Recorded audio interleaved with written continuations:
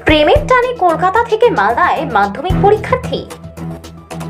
সামাজিক মাধ্যমে প্রেম, তার থেকে আড়াল সেই প্রেমের টানে এক ব্যক্তির সাথে সুদূর কলকাতা থেকে বিয়ের উদ্দেশ্যে মালদায় পালিয়ে আসলো এক মাধ্যমিক পরীক্ষার্থী। তবে শেষ রক্ষা হলো না। মালদা থানার পুলিশের তৎপরতায় উদ্ধার হলো নিখোঁজ পরীক্ষার্থী।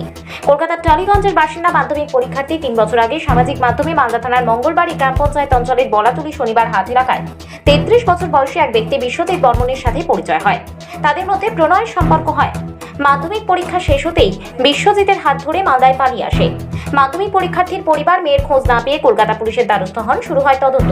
কলকাতা পুলিশের তদন্তকারী আধিকারিক নিখোঁজ মাধ্যমিক পরীক্ষার্থীর সামাজিক মাধ্যম খতিয়ে দেখার পর জানতে পারে ঘটনার পিছনে মালদার যোগসূত্র রয়েছে।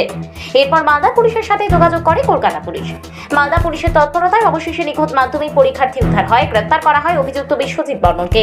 পুলিশ সূত্রে জানা গেছে অভিযুক্ত বিশ্বজিৎ বর্মন বিবাহিত, তার 2 সন্তান রয়েছে। মালদা থানার পুলিশ সূত্রে জানা গেছে এদিনে অভিযুক্তকে কলকাতা পুলিশের হাতে তুলে দেওয়া হয়েছে। হ্যাঁ, ফেসবুকে তুমি বিয়ে করেছো না? তোমার ছেলে মেয়ে আছে? হ্যাঁ আছে। তো এই মেয়েটাকে কেন আবার তুমি পালিয়ে নিয়ে আসলে? পালিয়ে নিয়ে আসি। হ্যাঁ, পালিয়ে নিয়ে আসি। ওই নিজের ইচ্ছা এসছে? হ্যাঁ, কতদিনের প্রেম তোমাদের? প্রায় 3 বছর। 3 বছর। তোমার বাড়িতে আর কে কে আছে?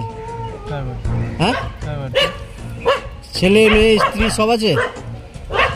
এই মেয়েটা কোথাকার?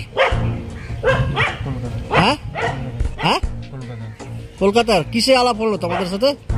বললাম তো ফেসবুকে। ফেসবুকে? কি নাম তোমার? বিশ্বজিৎ। কি বাড়ি? হ্যাঁ হ্যাঁ, নারায়ণপুর না শনিবাড়ি হাট?